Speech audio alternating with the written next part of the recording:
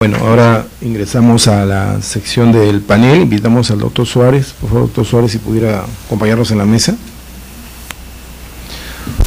Bueno, agradecemos a los expositores haber hecho el esfuerzo por dar la información en el tiempo tan escaso, y ahora igualmente le pedimos a los panelistas el mismo esfuerzo. En realidad es un poco difícil a lo mejor sintetizar o hacer un comentario con respecto a las 4 ponencias. Nuestros panelistas son el doctor Luis Suárez Ognio. El doctor Luis Suárez Ognio es profesor de la Universidad Peruana de Ciencias Aplicadas.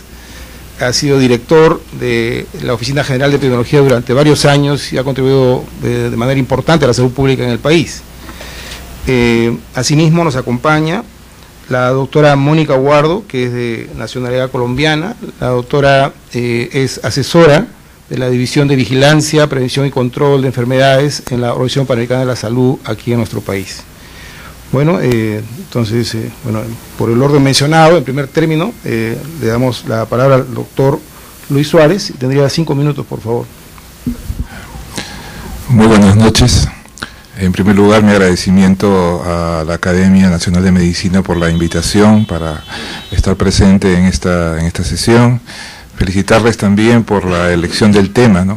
Que a veces durante las épocas que no hay grandes epidemias nos olvidamos, y eso contribuye a veces a debilitar la capacidad de respuesta de los países. El mantener estos temas en la agenda pública y en la agenda académica es sumamente importante. Un saludo a los miembros de la mesa y a todos los colegas y público presente. Iba notando algunas de las intervenciones de los excelentes expositores que hemos tenido esta noche, y creo que en mi condición de exdirector nacional de la Dirección General de Epidemiología en el país,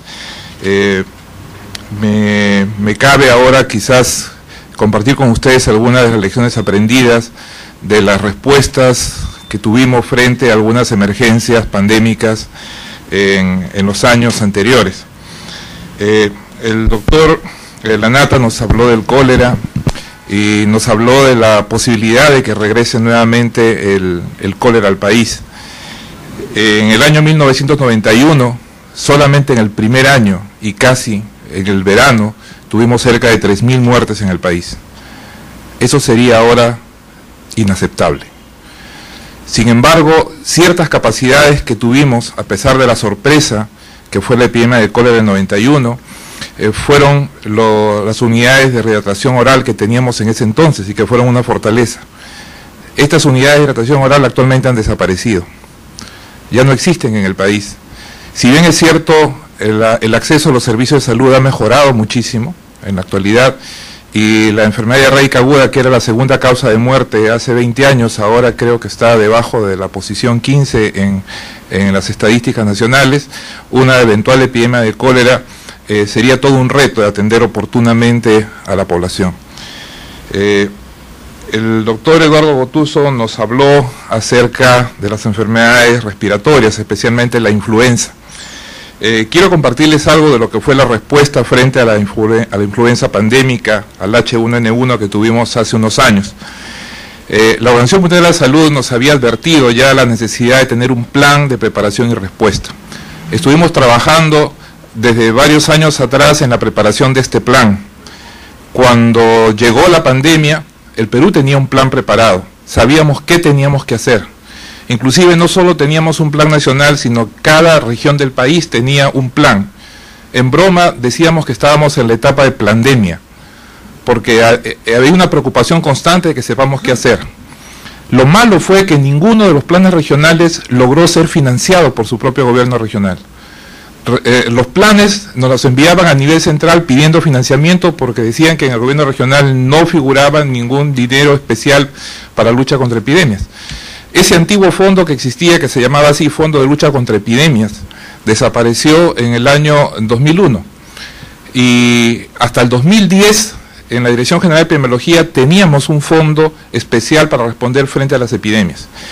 Después del 2010 se transfirió esto a los gobiernos regionales, Tan es así que en los años siguientes, en 2011, 2012, cuando tuvimos emergencias por dengue, ustedes recordarán, tuvimos los brotes de peste en Trujillo, fue muy difícil transferir fondos a los gobiernos regionales y los gobiernos regionales no habían previsto estos fondos. Esto es una debilidad de la regionalización, de la descentralización, que esperamos pueda ser revertida a través de nuevas normas, de nuevas reglas del juego. Se nos habló también el doctor Quesada, nos habló de la importancia de mantener en el Perú un sistema de vigilancia altamente eficiente y una capacidad de respuesta. Eso es parte de la preparación frente a las pandemias. Nunca es muy temprano para empezar a prepararnos para la próxima emergencia, para la próxima amenaza global. La preparación debe ser constante y ahora que tenemos los gobiernos regionales, en cada gobierno regional debe desarrollarse las capacidades tanto de vigilancia oportuna para responder. Quizás también comentarles algo respecto a la naturaleza de las pandemias. Cada epidemia, cada pandemia es diferente. Hay que tener humildad frente a la naturaleza y saber que no lo sabemos todo, que cada emergencia sanitaria es un nuevo reto para desarrollar investigaciones rápidas que nos permitan conocer lo que está sucediendo sobre la marcha. Hay metodologías nuevas en epidemiología. Ahora se puede saber la velocidad de propagación de una epidemia. Hay un indicador que usamos los epidemiólogos que le llaman el R0 o el RO, que nos permite medir la velocidad con que va la epidemia. Hay nuevas estrategias de mitigación. Ahora sabemos que frente a una pandemia nuestros objetivos son reducir la velocidad de propagación, achatar el pico, tratar de que la epidemia vaya más lento. Y creo que en la experiencia de H1N1 lo logramos. El trabajo de mitigación, de contención de la epidemia tuvo sus efectos. No es lo mismo atender 300 pacientes críticos que requerían ventilador, que requerían respiración asistida en un solo día, que esos mismos 300 atenderlos a lo largo de 1 o 2 meses. En la medida que podamos enlentecer la propagación de la epidemia, la respuesta va a ser más eficaz. Y hay medidas, hay tecnologías modernas que debemos estar preparados para aplicarlas frente a la emergencia. El doctor Quesada también nos habló acerca de la posibilidad de que tengamos un centro de control de enfermedades en el país, y eso es una buena noticia. Después de la experiencia de los programas nacionales que se crearon a fines de los 80 y se fortalecieron durante los años 90, en el 2002 fueron desactivados los programas nacionales y eso tuvo un costo para el país. En el año 2004 regresaron los programas con el nombre de Estrategias Sanitarias y ahora hay esta propuesta del Centro de Control de Enfermedades. Lo cierto es que el Perú necesita tener una estructura organizativa de respuesta, de prevención, vigilancia y respuesta a las emergencias más sólida. Somos un país de muchos riesgos en la costa, en la sierra, en la selva.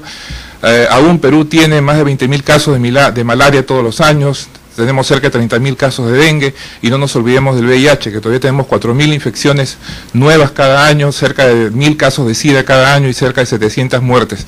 Tenemos muchos problemas no controlados en el país y realmente es un país que merece tener una fortaleza en estructura y en experiencia frente a las enfermedades transmisibles. Muchas gracias por la invitación y mis felicitaciones nuevamente por este evento. Gracias, doctor Suárez. Bueno, a continuación, la doctora Guardo, de la Organización Panamericana de la Salud, igualmente como panelista de este simposio. Bueno, buenas noches. Me dieron 5 minutos, eso es cortico, pero no quiero pasar la ocasión, primero de agradecerle al doctor Eduardo Gotuso invitarme. Es enormemente satisfactorio para mí regresar al Perú después de unos 16 años. De tener un contacto que yo considero muy importante en mi formación como saludista. Y tal vez la razón por la cual estoy invitada es que la vida me ha puesto en algunas posiciones muy ligadas al tema que estamos hablando. La una, como miembro del equipo de emergencias complejas en Ginebra, Suiza, en la OMS, posteriormente como miembro del equipo en Vietnam, en Hanoi, cuando en el 2005 empiezan a aumentar los casos en humanos por H5N1, la cepa altamente patogénica, y posteriormente paso a las Américas, a la OPS, a apoyar precisamente a los países en esa preparación para pandemia y todos estos planes que mencionaba el doctor Luis Suárez. Más recientemente coordinando un par de meses la respuesta en Monrovia, Liberia, para el ébola por la OMS. La reflexión que les quiero hacer sobre el tema, bueno, después de todo esto y antes que se me pase, yo quiero felicitarlos porque yo disfruté cada minuto de las presentaciones que se han hecho aquí. Realmente el vínculo histórico, la profundidad fue muy, y la pasión con que los panelistas lo presentaron fue realmente, lo hizo muy ameno.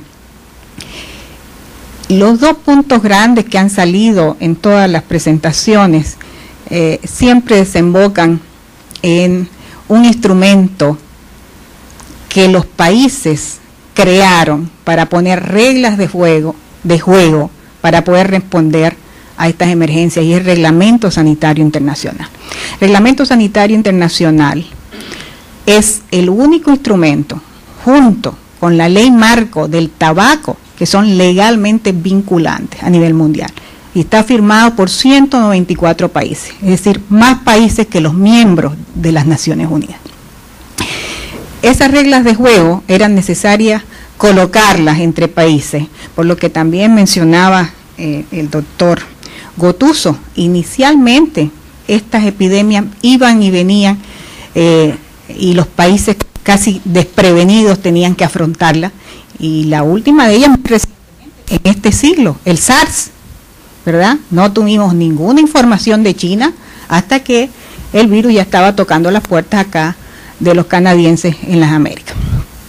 Entonces, todo esto pavimenta el camino al reglamento sanitario que se termina en el 2005 y que se inicia a implementar en el 2007.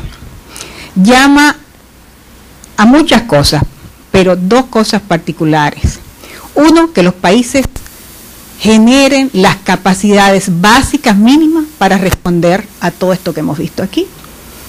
Y dos, un requerimiento de reporte en 24 horas a la Secretaría de Reglamento de cualquier evento que a nivel nacional sea analizado y se considere pudiese constituir una emergencia de salud pública de importancia internacional. Esos dos componentes son sumamente importantes, no fácil de llegar, pero hemos avanzado grandemente. Todo lo que le presentaba el doctor Quesada, mucho de eso viene a través de informaciones que de manera confidencial se comparten los países a nivel horizontal y vertical con las oficinas de la OMS y entre ellos por estos canales del reglamento, que hace varios años no se tenía.